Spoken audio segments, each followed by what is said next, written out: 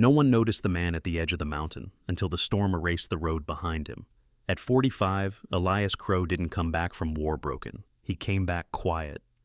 Too quiet for a town that mistook silence for weakness.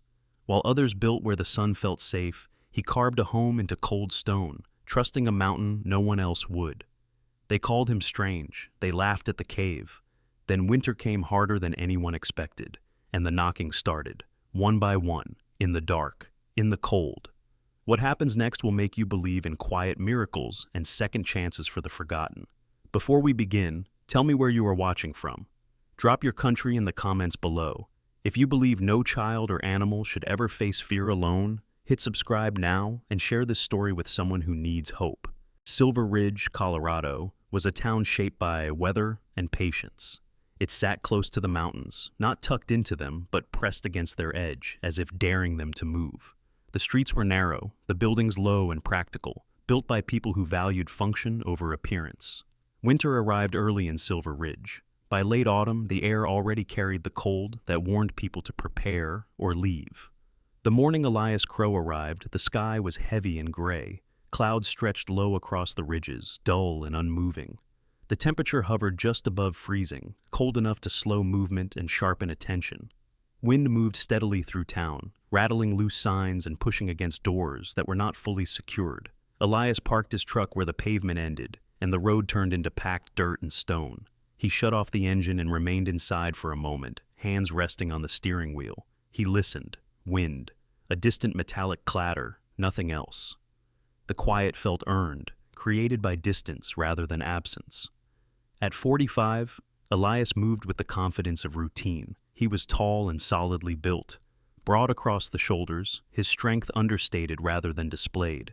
His posture was upright but relaxed, shaped by years of habit. His face was angular, marked by sharp cheekbones and a square jaw. A thin scar ran along his lower jaw, pale against weathered skin. His beard was kept short, uneven in places, dark with streaks of gray. It was not a choice of style, only maintenance. His eyes were light brown and steady. They did not wander. They observed and settled.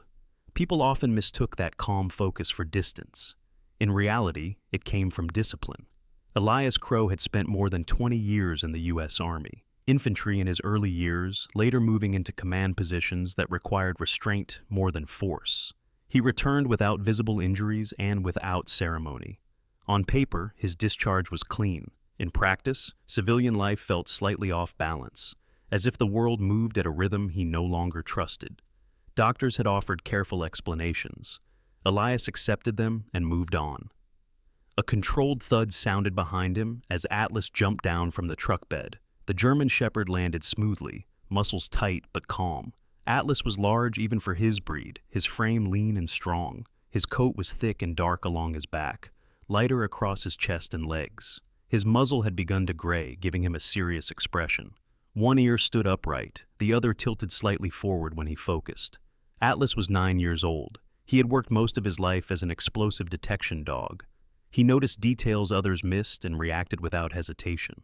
The military retired him early, citing sensitivity. Elias understood it differently. Atlas could not ignore danger, even when asked. The dog circled once, sniffing the air, then returned to Elias's side and sat without command. His attention fixed on the rock face. Ahead, the mountain rose sharply from the ground, dark and uneven. A wide, natural hollow cut into the stone, deep and shadowed. Cold air flowed steadily from within, constant and unmoving. The land around it was bare and resistant, dismissed by most as unsuitable for building. Elias stepped closer and placed his hand against the stone. It was cold, solid, unchanged. He felt no warning, no discomfort, only weight. "This will work," he said quietly.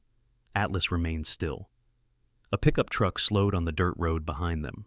The driver leaned out, a stocky man in his 50s, with a thick mustache and a worn jacket. "You planning to stay out here?" the man asked, nodding toward the cave. "Yes," Elias replied. The man studied him briefly, then the dog. "Most folks don't. Too cold. Too close to the mountain. I don't mind either." The man nodded once. "Walter Briggs, hardware store in town. If you're serious, you'll need supplies." "I'll stop by." Walter paused before driving off. Winter doesn't forgive mistakes here. It rarely does, Elias said. The truck disappeared down the road. By afternoon, the temperature dropped quickly. Elias unloaded his supplies with steady efficiency: lumber, tools, tarps, a compact stove. Atlas watched closely, occasionally picking up an item and moving it a short distance, a habit Elias did not correct. As daylight faded, Elias built a small fire near the cave entrance. The flames caught easily, throwing light against the stone. Atlas settled beside it, quiet and alert. Elias ate without distraction, the wind threading through the hollow without force. From where he sat, the lights of Silver Ridge were visible below, distant and contained. He felt no pull toward them. He had not come here to disappear. He had come because the mountain asked nothing of him. The cave was not shelter yet. It was space, quiet, stable. Atlas shifted closer and rested his head against Elias's boot. As night settled over the ridge, Elias listened to the wind move along the stone. He did not feel lost. He felt placed. Morning in Silver Ridge arrived without ceremony. The light crept in slowly, pale and thin, filtering through low clouds that refused to lift. The temperature had dropped further overnight, turning the dirt stiff underfoot and leaving a faint crust of frost along the rock face. Elias woke before sunrise, not from habit alone, but because the quiet had changed. The wind had shifted, pressing from the north, steady and persistent. He stood outside the cave entrance, breath visible, mug warming his hands. Atlas sat a few steps behind him, alert but calm, ears adjusting with each new sound. The dog's posture had changed since the night before. He was not guarding, he was assessing. That difference mattered. Elias began the day with work. He measured the cave entrance again, marking lines on the stone with chalk. The hollow was deeper than it appeared at first glance, widening slightly as it receded, the ceiling sloping upward before settling into a stable curve. The stone was dense, unfractured, dry. He tested it, where the light reached, and farther in where it did not. The temperature inside remained steady, indifferent to the cold outside. That steadiness confirmed what Elias already suspected. This place would hold. He set to clearing debris, moving fallen rock and old timbers left behind from earlier use. The work was slow and methodical. He did not rush it. Atlas followed closely, occasionally stopping to sniff a dark corner before stepping aside. The dog did not bark. He did not interfere. He simply stayed present, which was enough. By mid-morning, Elias heard footsteps on gravel. He turned, expecting no one, and saw a woman approaching from the direction of town.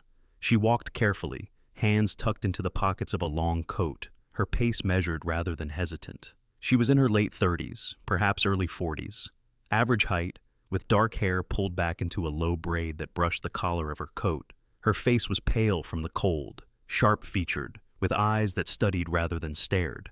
She stopped several feet away, offering distance without being asked. "I hope I'm not interrupting," she said. Her voice was even, practiced in neutrality. "You're not," Elias replied. She nodded once, then glanced toward the cave. "I'm Sarah Caldwell. I work for the county, zoning and land use. Word travels fast in a town this size." Sarah Caldwell dressed plainly, practical boots, wool gloves worn thin at the fingertips. There was a directness to her posture that suggested long hours dealing with disagreement. Her expression was not unkind, but it was reserved, shaped by years of being careful with expectations. "I'm not here to stop you," she said. "Not yet. I just need to understand what you're planning." "Living," Elias said. "Building something permanent." She looked at him for a moment longer than necessary, then nodded. "The land is technically usable. Uncommon choice, but not illegal. You'll need permits once construction becomes structural. For now, I needed to see it for myself." Atlas stepped forward, stopping beside Elias. Sarah glanced down at the dog, noting his size, his stillness. "He's trained," she said, not a question. "Yes?" "He's calm. Most of the time." A brief smile crossed her face, faint but genuine. "That helps." They spoke for a few minutes more. Sarah explained the requirements clearly, without embellishment. Elias listened, asked only what mattered. Before leaving, she paused, looking again at the cave. "People will talk," she said. "They always do." "They can," Elias replied. Sarah inclined her head and walked back toward town. The day continued without interruption. Elias built a temporary workbench near the entrance, anchoring it into the stone where the rock allowed. He unpacked tools, laying them out in deliberate order. Atlas lay nearby, eyes half closed, rising only when a sound carried too close. By afternoon, clouds thickened. Snow did not fall, but the air grew heavier, pressing down with quiet insistence. Elias worked until his hands numbed, then stopped. Pushing past that point served no one. As he lit a fire near the entrance again, a shadow moved at the edge of his vision. A horse stood a short distance away, unmoving. The animal was large, chestnut-colored, with a white blaze down its face. Its tack was worn but intact, suggesting ownership rather than neglect. It watched Elias calmly, ears forward, breath steaming. Moments later, a man approached on foot, leading the horse by the reins. He was tall and lean, with a narrow face framed by a dark beard gone uneven with age. His coat was patched, his boots scuffed. He walked with a slight limp that favored his left leg. "Didn't mean to startle you," the man said. His voice was low, roughened by years of cold air. "Horse decided to stop." "That happens," Elias replied. The man nodded. "Name's Tom Harlan. I run a small line of pack horses up the ridge. Storms spook them sometimes. This one, Juniper, she's steady but stubborn." Juniper flicked an ear, unimpressed. Tom's eyes moved briefly to Atlas, then back to Elias. "You staying out here?" "Yes." Tom studied the cave with quiet interest. "Stone holds heat," he said. "Better than wood if you know what you're doing." "I intend to learn," Elias said. Tom smiled slightly. "Looks like you already have." They spoke briefly about the weather, the ridge trails, the way snow moved differently near the rock face. Tom did not linger. Before leaving, he nodded once. "If winter hits hard, this place will matter." "I expect it will," Elias said. As evening settled in, Elias secured his tools and stacked supplies inside the cave, deeper than before. He marked the floor with chalk lines, mapping future walls, storage, a sleeping area set back from the entrance. The work brought clarity. Each decision followed, the last without friction. Atlas paced once, then lay down near the fire. His breathing slowed, evened. Elias noticed the absence of tension in the dog's posture and took it as confirmation. Later that night, wind picked up, pressing against the rock face with more force. The sound changed as it reached the cave, dulling, dispersing. Elias sat just inside the entrance, watching the firelight play against the stone. He felt the weight of the mountain overhead, not threatening, not protective, simply present. He thought briefly of the past, not with longing or regret, but as a series of facts. The army had taught him structure, command had taught him restraint, loss had taught him patience. None of it was wasted. It had led him here, to a place where effort translated directly into result. Atlas shifted closer, resting his head against Elias's knee. Elias placed a hand on the dog's shoulder, steady and familiar. Outside, the wind continued its work. Inside, the temperature held. By the time Elias lay down to sleep, wrapped in a heavy blanket near the cave wall, he understood something clearly. This was not a retreat. It was preparation. Whatever winter brought to Silver Ridge, this place would stand. He closed his eyes with the certainty that tomorrow would require the same work, and that he was ready for it. The third morning brought a different kind of cold. It was sharper, more deliberate, the sort that pressed against skin and stayed there. Elias noticed it as soon as he stepped outside the cave. The air no longer drifted. It held. Clouds moved low across the ridge, darker than before, their edges dense and slow. Snow still had not fallen, but the land behaved as if it were already under its weight. Atlas stood near the entrance, head lifted, ears adjusting with small, precise movements. His posture was alert without tension, but his attention fixed on the slope above the cave rather than the town below. Elias followed the line of his gaze and noted the silence. Even the wind seemed restrained, moving in measured intervals instead of constant flow. Elias returned to work. He had learned enough from the previous days to trust routine, but not comfort. He reinforced the temporary supports inside the cave, anchoring beams where the stone allowed, and bracing areas he planned to cut later. The work demanded focus rather than strength. He moved carefully, testing each placement twice before committing. Atlas stayed nearby, shifting positions as Elias moved deeper into the cave, never blocking, never straying far. By late morning, Elias heard voices carried faintly by the wind. He stepped outside and saw two figures approaching from the ridge path. One was familiar. Tom Harlan walked ahead, leading Juniper by the reins. The horse moved steadily, hooves finding purchase where the ground turned uneven. Behind them walked a younger man Elias had not seen before. The newcomer was in his early 30s, tall but slightly stooped, with a narrow frame and long arms that made him seem unsure of where to place them. He wore a heavy jacket several years out of fashion, its sleeves frayed at the cuffs. His hair was light brown and unkempt, falling into his eyes when he lowered his head. A short beard covered his jaw, uneven and hastily trimmed. There was a guardedness in his expression, not fear, but caution, shaped by experience. "Morning," Tom called out as they approached. His voice carried easily in the open air. "Morning," Elias replied. Tom stopped a few steps away, giving Atlas room. "This is Ben Keller," he said, gesturing toward the younger man. "He runs supply routes for the ranches north of here. Lost a storage shed last winter. Weather turned faster than expected." Ben nodded once. "Didn't build for wind," he said simply. Elias acknowledged him. "That happens." Ben's eyes drifted toward the cave, then lingered. He took in the stone, the supports, the fire pit near the entrance. "You planning to finish before snow hits?" he asked. "That's the idea." Ben hesitated, then spoke again. "Forecast isn't promising. Pressure's dropping. Storm systems are stacking west of the ridge." Tom shifted his weight. "He's right. Animals have been restless. Juniper didn't want to leave the higher trail this morning." Juniper flicked her tail as if confirming the statement. They stayed only a short while. Tom warned Elias about shifting paths and loose ground near the ridge.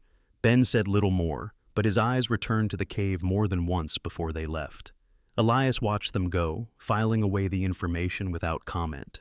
The afternoon brought movement from the town. A truck Elias recognized from the hardware store pulled up near the edge of the dirt road. Walter Briggs climbed out, bundled against the cold, carrying a crate balanced on one shoulder. His mustache was rimmed with frost, and his expression held mild irritation, as if he had argued with the weather and lost. "Didn't plan on delivering today," Walter said, setting the crate down. "But the roads might not stay open." Elias thanked him and helped unload additional supplies, nails, insulation materials, fuel canisters. Walter glanced toward the cave as they worked. "You know people are starting to notice," Walter said. "Not all of them kindly." "They don't have to be kind," Elias replied. "They just have to stay warm." Walter gave a brief laugh. "Fair point." Before leaving, Walter paused.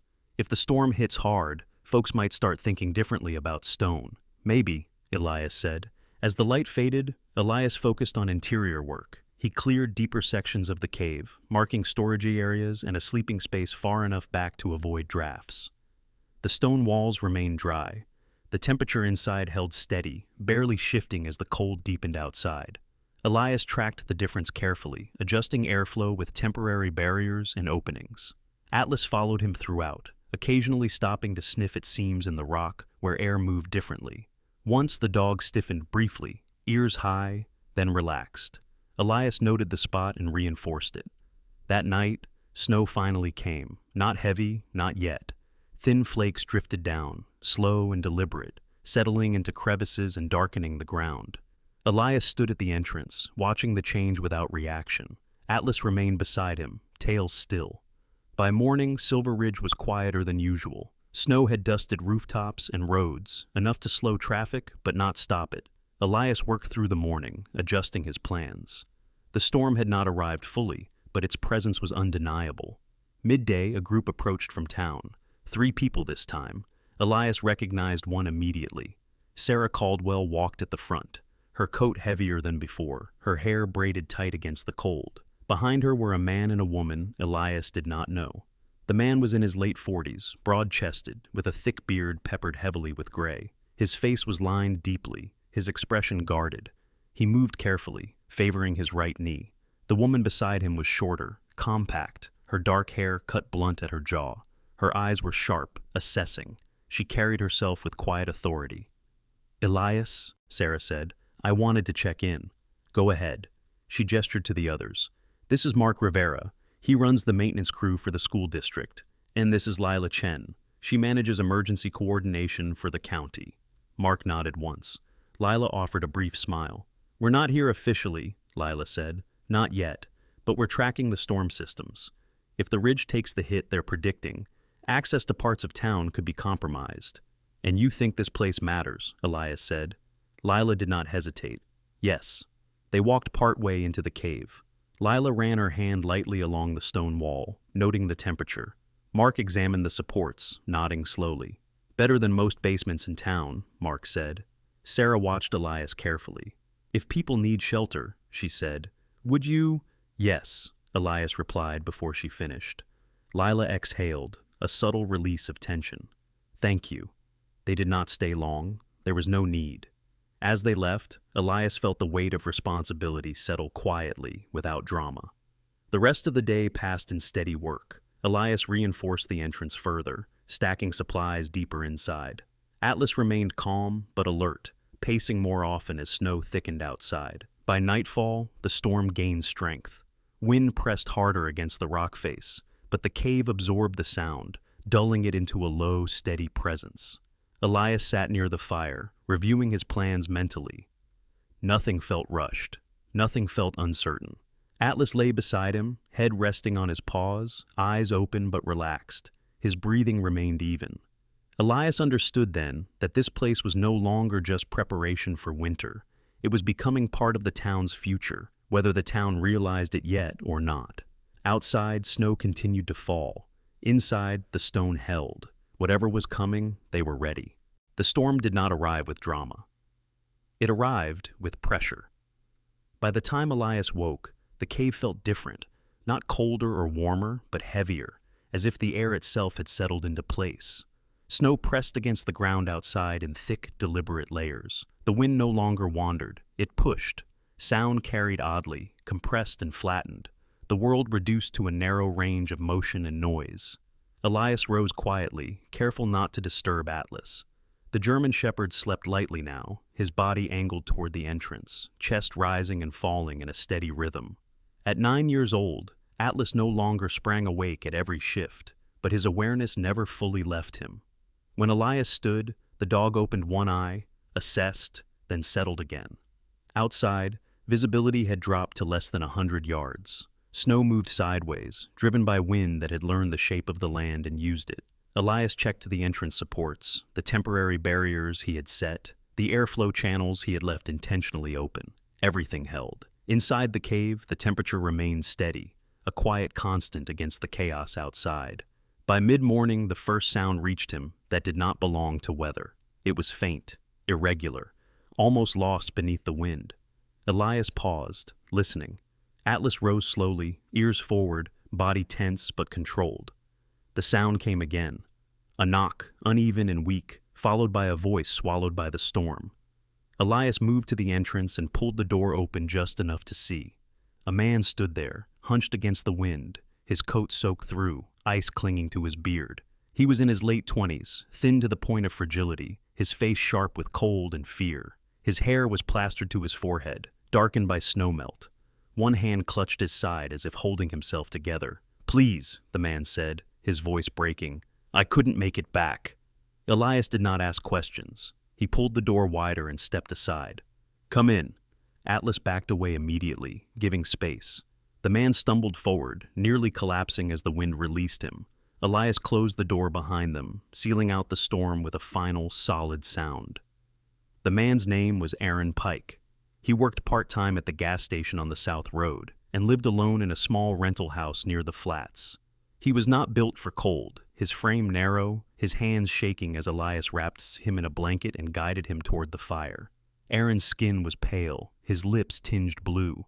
He had misjudged the storm, tried to walk the last mile home after his truck slid into a ditch. Elias moved with practiced efficiency, dry layers, warm water, not hot, slow instructions. Aaron followed them without protest, too exhausted to do otherwise. Atlas sat nearby, watching closely, his presence steady and non-threatening. Less than an hour later, the second knock came, then another. By early afternoon, the cave was no longer quiet. A family arrived first, a woman, in her mid-30s named Rebecca Holt, and her 2 children, Lucy and Ben. Rebecca was tall and lean, her dark hair pulled into a tight knot at the base of her neck. Her face was lined with fatigue rather than age, her eyes sharp with protective instinct. She spoke clearly despite the cold, directing her children with calm authority that suggested long practice. Lucy was 8, small and serious, clutching a backpack nearly her size. Ben, 6 moved constantly, his fear expressed through motion rather than tears. Elias brought them inside without hesitation, setting them up farther back where the air was still. Atlas allowed the children to touch him briefly, then moved away, giving them space. By late afternoon, a steady pattern had formed. Knock, open, shelter, no speeches, no explanations. Elias focused on logistics, space, warmth, water. He directed people where to sit, where to rest, where to keep their boots. The cave absorbed sound, reducing raised voices to murmurs, panic to manageable edges. As evening approached, Sarah Caldwell arrived again, this time on foot, her coat dusted white, her face set with determination. She was accompanied by an older man Elias had not met before. He was in his early 60s, broad-shouldered, despite a slight stoop, with a thick gray beard and deeply set eyes. His name was Robert Bob Ellis, a retired snowplow operator who had spent decades reading roads the way others read books. A knee injury from years earlier had ended his career, leaving him with a permanent limp and a blunt way of speaking.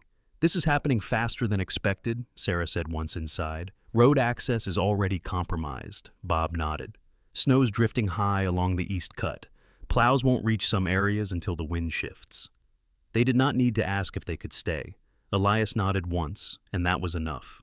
As night fell, the storm intensified. Wind struck the rock face with renewed force, but inside the cave, the sound flattened into a low, constant presence. The fire burned steadily. People spoke in low voices. Children slept in awkward positions, bundled together. Aaron rested near the fire, color returning slowly to his face. Atlas moved among them carefully, adjusting his position often, choosing places where his presence seemed to calm rather than crowd. He lay near the children for a while, then near the entrance, then beside Elias. His coat collected stray snowflakes that melted slowly, leaving dark patches that dried in the warm air. Near midnight, the door shook under a heavier knock. Elias opened it to find two figures leaning against each other, barely upright. The man was tall and broad, his beard frozen into sharp points, his face rigid with cold. The woman beside him was shorter, her hair hidden beneath a hood, her movements stiff. Their names were Daniel and Marisol Vega. They owned a small repair shop near the river, had tried to secure their building before the storm worsened, and lost track of time. Elias brought them inside, assigning tasks to those who could help. Blankets, water, space, the system held. At some point, Elias realized he had stopped counting how many people were inside. Instead, he counted what mattered: enough warmth, enough water, enough space to breathe. The storm did not ease. It pressed on through the night, relentless and focused. Outside, Silver Ridge disappeared beneath layers of snow and wind. Inside, the cave maintained its steady temperature, the stone walls holding warmth without complaint. Elias sat near the entrance, watching the fire and the people beyond it. He did not feel burdened by their presence. He felt responsible, and that was different. Responsibility had shape. It could be managed. Atlas lay beside him, head resting against his leg. The dog's breathing matched the rhythm of the fire. Elias rested a hand on Atlas's back, feeling the solid reassurance of muscle and warmth. By dawn, the storm showed no sign of retreat, but inside the cave, life continued in small, deliberate ways. People took turns resting. Children whispered stories. Someone shared a thermos of soup. No one spoke about how long the storm might last. They focused on the present, on what was within reach. Elias stood once more at the entrance, listening to the wind. This was no longer just preparation. The cave had become something else entirely. It had become a place people trusted. And as the storm continued its work outside, Elias understood that the door would remain open as long as it needed to. The storm settled into its worst habits by the second night. Snow no longer fell in flakes, but moved in sheets, driven sideways by wind that had found every weak angle in the land. The sound outside the cave lost all variation, becoming a single, grinding presence that pressed against the stone without pause. Inside, the air remained steady, but the sense of time began to blur. Light came and went without clear boundaries. Night did not feel different from day, only quieter. Elias marked the hours by tasks. He checked the entrance supports, the airflow channels, the fire.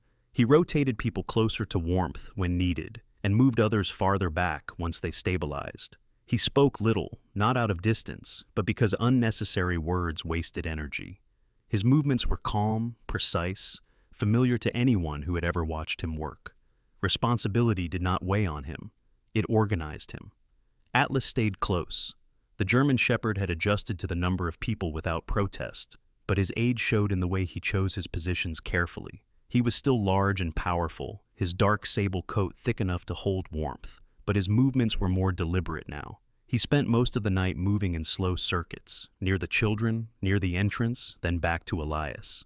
Each stop seemed intentional, as if he were checking that everything remained where it belonged. Near the fire, Aaron Pike sat wrapped in blankets, his hands finally steady. Color had returned to his face, though exhaustion lingered in the way his shoulders slumped. He watched Elias work with quiet focus. Aaron had grown up in Silver Ridge, but had never learned how to read weather beyond convenience. That night had taught him otherwise.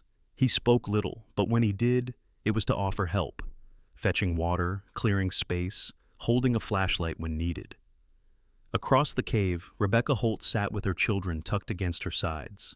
Lucy leaned into her mother's shoulder, awake but quiet, observing everything with serious attention. Ben had fallen asleep at last, his small body curled under too many layers, thumb hooked into the strap of his backpack. Rebecca's posture remained upright despite fatigue. Years of managing responsibility alone had shaped her into someone who stayed composed even when fear pressed close. She met Elias's eyes once, nodded in acknowledgement, and returned to watching her children. The first tension surfaced shortly after midnight. It came quietly, without shouting. Mark Rivera stood near the storage area, counting supplies for the third time. His broad frame filled the narrow space, his thick beard damp with melted snow. Mark had spent years maintaining buildings that were always one failure away from disaster. It had taught him caution, but also control. That control began to fray as he calculated how long their food and fuel would last. "We need to ration more strictly," he said, his voice low but firm. "If this goes another day, we'll be tight." Lila Chen stood opposite him, arms crossed, her compact frame steady. She had built her career around crisis management, around balancing limited resources against human needs. Her dark hair was pulled back severely, her expression composed but alert. "We're already rationing," she replied. "Too hard, too soon, and people panic." Mark shook his head. "Or they get careless." Elias stepped in before the tension sharpened. He did not raise his voice. He did not argue. "We'll adjust at first light," he said. "Not before." Both Mark and Lila looked at him. The decision settled the matter, without further discussion. Elias returned to his work. The system held. Near the entrance, Bob Ellis sat on a crate, his bad knee stretched out, rubbing it absently through thick fabric. Years behind a snowplow had left him with an instinctive understanding of storms, and this one troubled him. He leaned toward Elias when the moment allowed. "This isn't breaking yet," Bob said. "Pressure's wrong. Wind's holding." Elias nodded. "We're ready." Bob studied him for a moment, then looked around the cave. "You've done this before." "Different setting," Elias replied. Bob accepted that. As the hours dragged on, the cave grew warmer with bodies and fire, but fatigue crept in. People dozed in shifts, waking at unfamiliar sounds, then settling again. At one point, the fire sputtered as a log shifted poorly. Atlas lifted his head instantly, ears forward, body tense. Elias corrected it before sparks could scatter. Atlas relaxed, lowering his head again, reassured by familiarity.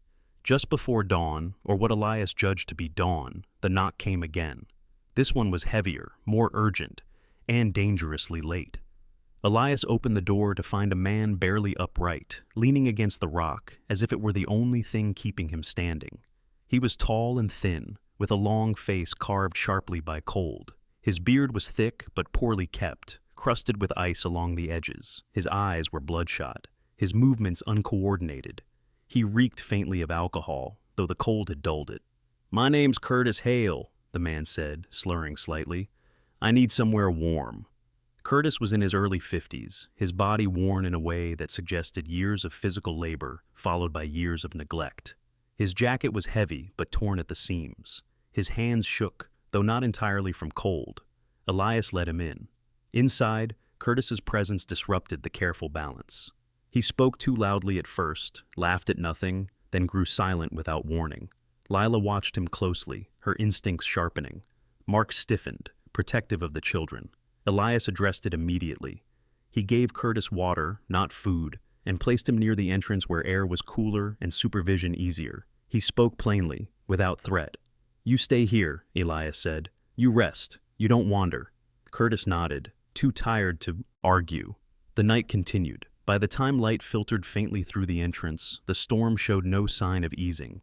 Snow had piled higher against the rock face. The wind remained relentless. Inside, supplies held. Spirits wavered, but did not break. Atlas completed one final circuit, then lay down beside Elias, his head heavy against his leg. His eyes closed, but his ears continued to move, tracking sound even in sleep. Elias rested his hand on the dog's back, feeling the steady warmth beneath his palm. He looked around the cave. People slept. People waited. People trusted. This was no longer improvisation. It was endurance. The long night passed without disaster. That alone felt like success.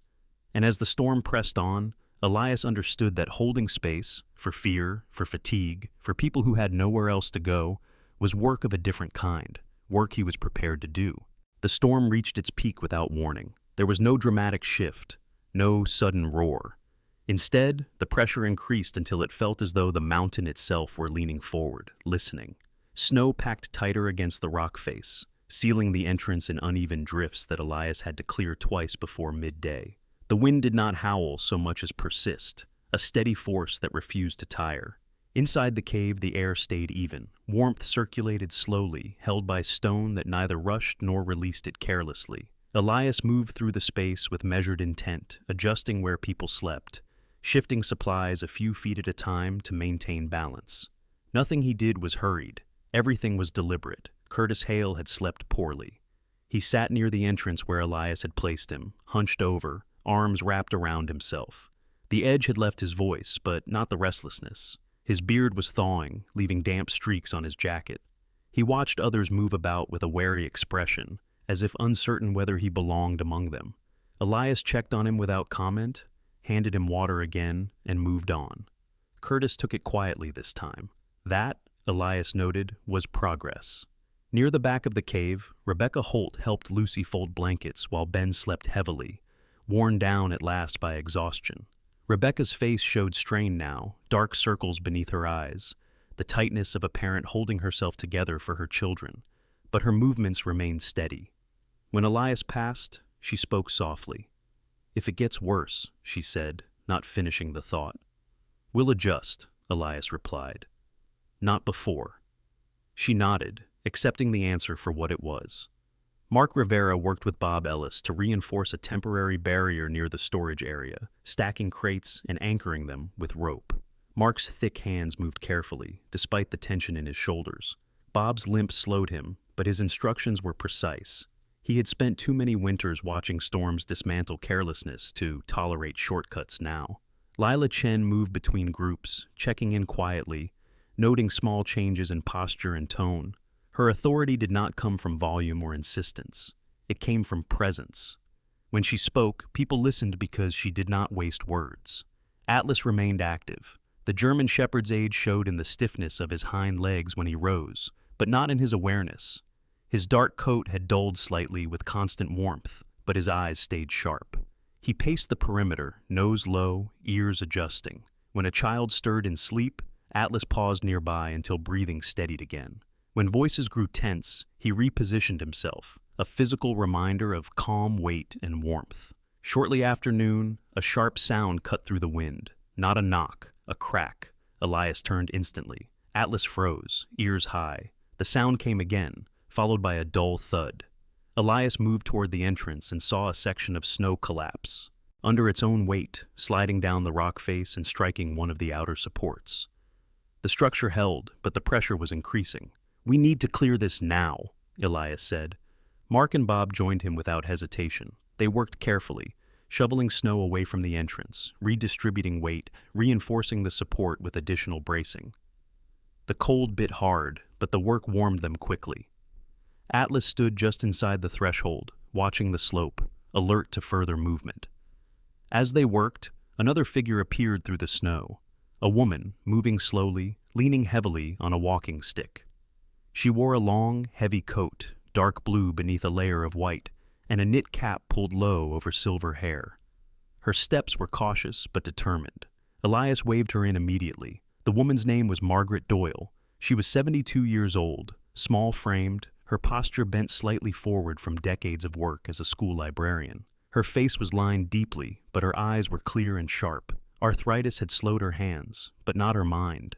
She lived alone near the upper road and had waited too long to leave, convinced the storm would pass as others had before it. Inside the cave, Margaret removed her gloves with care and surveyed the space with calm interest. "You chose stone," she said. "Smart." Elias nodded. Margaret settled near the fire, accepting help without pride or protest. She spoke little, but when she did, it was with dry humor that cut through tension cleanly. The children listened to her as if she had always been there. The afternoon wore on. Snow continued to press in waves, but the entrance held. Supplies dwindled more slowly than expected. People shared without being asked. Someone found a stash of energy bars buried deep in a pack. Someone else produced a thermos of coffee, carefully rationed. Curtis grew restless again as the hours passed. He paced briefly, muttered under his breath. Lila noticed immediately and moved closer, not confrontational, simply present. Elias stepped in beside her. "Sit," he said quietly. Curtis hesitated, then complied. He rubbed his face with shaking hands. "I didn't think it would be like this," Curtis said. His voice cracked, not loud enough for most to hear. "I didn't think I'd end up here." "No one does," Elias replied. "Sit, breathe, stay warm." Curtis nodded, eyes down. He stayed seated. As evening approached, the wind shifted slightly, coming harder from the east. Bob felt it before anyone else. "That's new," he said. "Means pressure's changing." "Good or bad?" Mark asked. Bob shrugged. "Means something's about to give." They prepared for both possibilities. Elias repositioned people deeper into the cave, stacking supplies closer to the back. Atlas moved with him, anticipating the shifts. The dog's breathing remained steady, his movements precise. Night fell again, though it was difficult to tell. The storm outside roared louder, snow battering the rock face with renewed force. The cave absorbed it, turning chaos into dull percussion. At the height of the storm, a sudden tremor ran through the ground. Not an earthquake, just the mountain adjusting under weight. People froze. A child whimpered. Elias spoke clearly. "Stay where you are." He moved toward the entrance, checking supports, listening. The stone settled. The sound passed. Inside, the fire burned steady. The air held. Atlas returned to Elias's side and lay down, pressing his weight against Elias's leg. Elias rested his hand on the dog's neck, feeling the familiar solidity. Hours passed. Gradually the wind lost its edge. Snow still fell, but the pressure eased, almost imperceptibly at first. Bob noticed it and did not announce it until he was certain. "It's shifting," he said quietly. "Not over, but breaking." No one cheered. They simply absorbed the information. By the time Elias judged it to be morning, the storm had lost its worst force. The entrance was still blocked by snow, but no longer under threat of collapse. People stirred, stretching stiff limbs, whispering cautiously.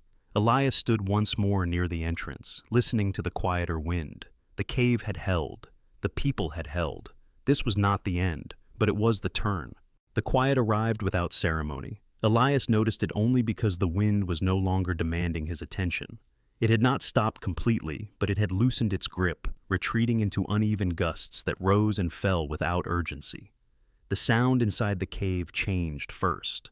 What had been a constant pressure softened into intervals. The stone no longer vibrated beneath weight. It simply held. Elias stood near the entrance, shovel in hand, listening. Atlas sat beside him, head lifted, ears shifting slowly rather than snapping to every sound. The dog's posture told him more than the air did. The danger had passed its sharpest edge. Light filtered in weakly as Elias cleared a narrow path through the packed snow. The world outside looked altered, flattened, and reshaped. Drifts swallowed familiar ground markers. Trees bent under weight they had not yet shed. The road leading back toward town was invisible, reduced to suggestion rather than certainty. Inside, people began to stir with cautious hope. No one rushed. Experience had taught them that false calm could be dangerous. Rebecca Holt was the first to speak, her voice low but steady as she helped Lucy and Ben sit up. The children blinked, disoriented, then quieted when they realized the cave still held warmth. Bob Ellis pushed himself upright with effort, his bad knee protesting as usual. He moved to the entrance beside Elias, squinting into the gray light. His thick beard was matted from sleep, his lined face unreadable. "She's easing," Bob said. "Not done, but she's tired." Elias nodded. "So are we." Mark Rivera joined them, rolling his shoulders as if to shake off stiffness. The tension that had sharpened his movements the night before had dulled. Fatigue had replaced it, leveling him. He looked out over the snow and exhaled slowly. "School roof won't have liked that," he said. "Neither will half the sheds in town." "That's for later," Elias replied. Lila Chen moved among the group, checking in quietly, making notes on a small pad she kept tucked into her coat. Her face showed strain now, but her focus remained sharp. She paused beside Elias. "We'll need to start planning exits," she said. "Not today, but soon." Agreed. Near the fire, Margaret Doyle sat wrapped in a blanket, sipping water carefully. The cold had not rattled her the way it had others. Her small frame seemed accustomed to waiting things out. When Ben wandered over, curious, she smiled and asked him about his backpack. He answered seriously, relieved to speak of something ordinary. Curtis Hale remained near the entrance, quieter than before. The agitation that had marked him earlier had burned itself down to something smaller and heavier. He stared at the snow without comment, his shoulders slumped. Elias watched him from a distance, alert but not intrusive. Curtis had reached the end of whatever energy fear had given him.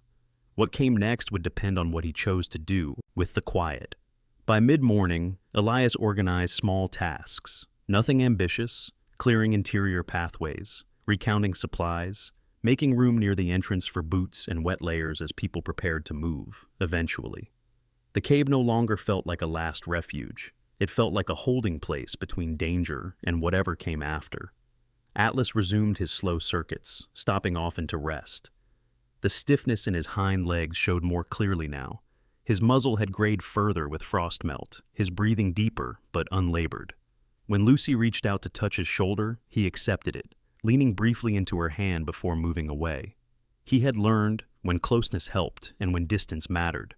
Near noon, movement caught Elias's eye beyond the snowbank. A shape emerged slowly from the ridge path, deliberate and careful. It was Juniper, the chestnut packhorse, picking her way forward with steady patience. Behind her walked Tom Harlan, bundled heavily, his gait slower than usual. Elias stepped forward, clearing more snow from the entrance.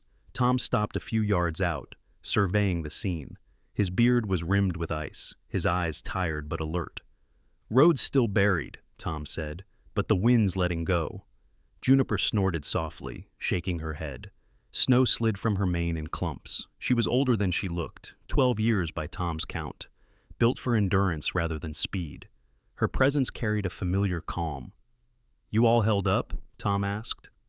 "We did," Elias replied. Tom nodded once.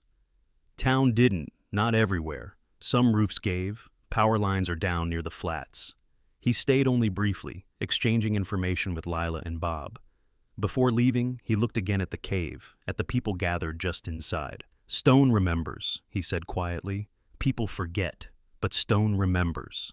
The afternoon passed in a strange, careful calm. People began to talk about what they would find when they returned. There was no panic now, only uncertainty. Rebecca discussed routes back to her neighborhood with Bob, listening closely. Mark outlined repair priorities aloud, more to organize his own thoughts than to instruct. Curtis approached Elias late in the day, stopping a few feet away. He looked older in the daylight, the lines in his face deeper than his years suggested. His beard was uneven, his eyes tired and wary. "I'll head out when it's safe," Curtis said. "Don't plan on causing trouble." Elias met his gaze. "Good." Curtis nodded, relieved by the lack of judgment, and returned to his place. As evening approached, the cave grew quieter. Some people slept again, catching up on what the storm had stolen. Others sat in small groups, speaking softly. Someone shared the last of a bag of crackers. No one complained. Elias stepped just outside the entrance as the light faded. The sky had lifted slightly, clouds thinning enough to show pale movement above. The mountains stood unchanged, indifferent to the disruption below. Snow still covered everything, but it no longer moved with intent. Atlas followed Elias out, stopping beside him. The dog looked smaller against the white landscape, his dark coat stark against the snow. He sniffed the air, then sat, satisfied. Elias rested a hand on Atlas's back. The dog leaned into it, steady and warm. Behind them, the cave held people who had trusted a place they had once ignored.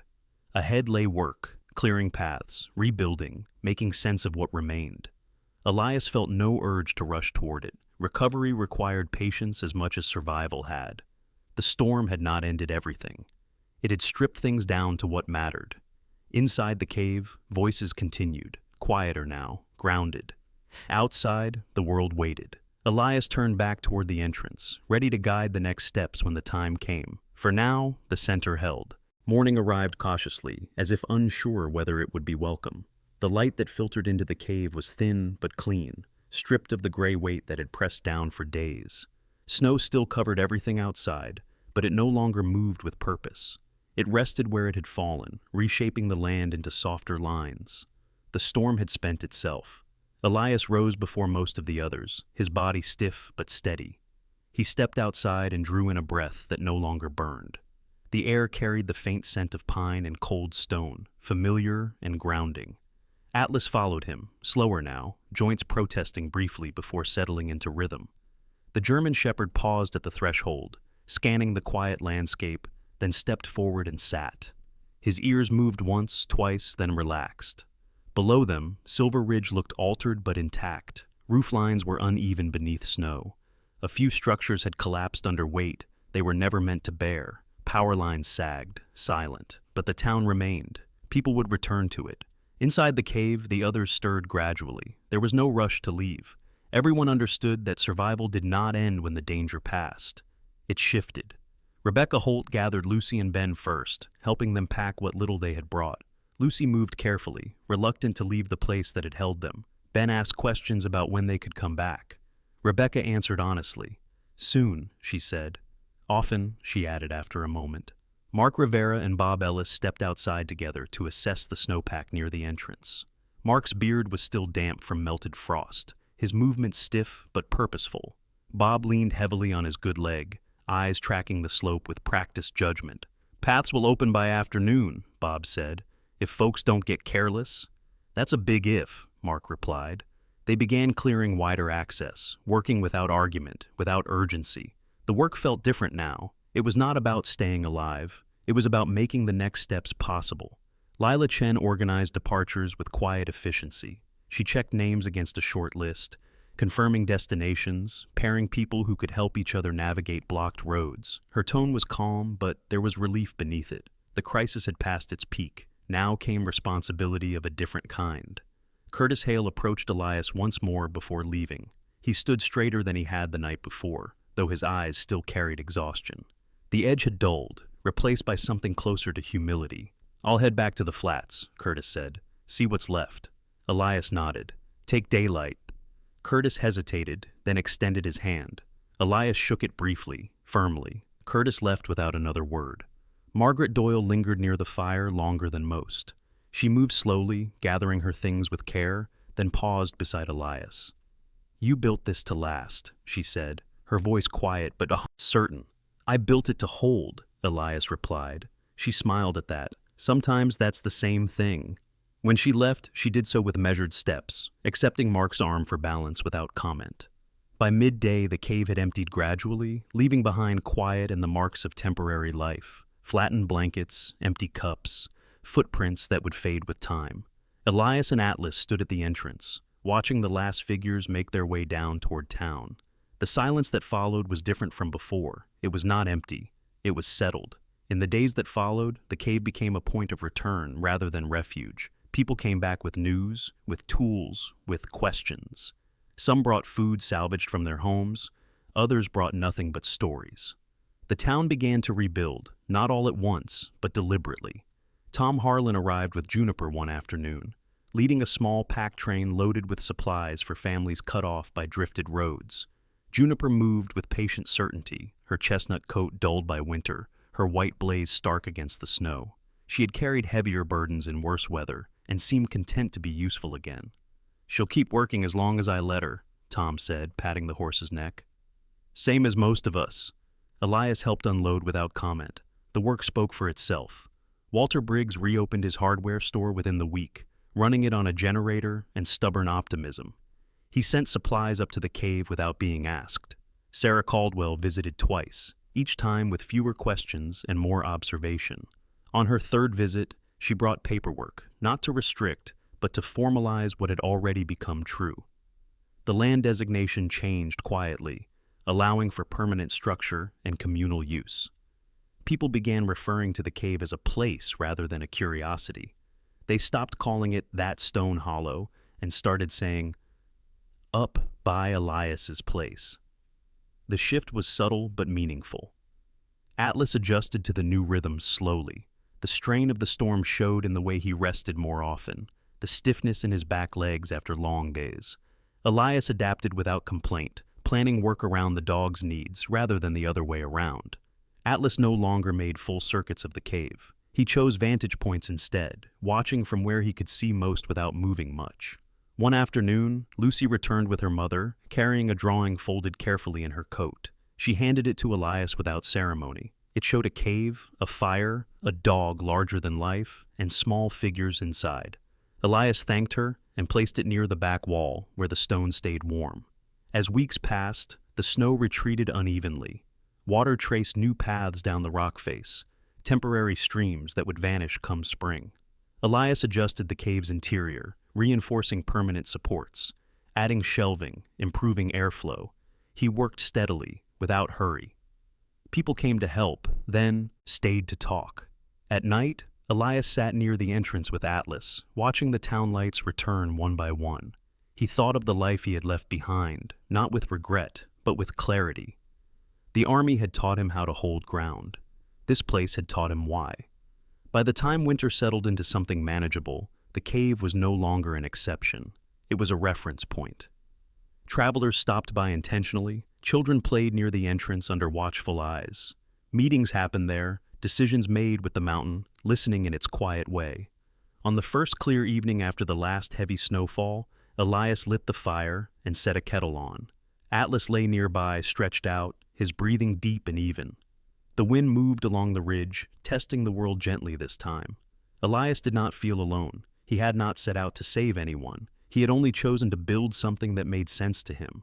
The rest had followed naturally. Outside, the mountain remained unchanged. Inside, life continued, steady, deliberate, held. That was enough. Sometimes, miracles don't arrive with thunder or blinding light. Sometimes, they come quietly, wrapped in patience, carved into stone, hidden inside ordinary people who choose to hold the door open when the world grows cold. Elias never called what happened a miracle, but when frightened children slept safely through a storm, when strangers found warmth instead of silence, when a forgotten place became a shelter for many, that was grace at work. Not loud, not demanding, just steady. Maybe that's how God often moves in our lives, not by changing the storm, but by placing someone strong enough to stand in it. Not by removing the fear, but by reminding us that we were never meant to face it alone.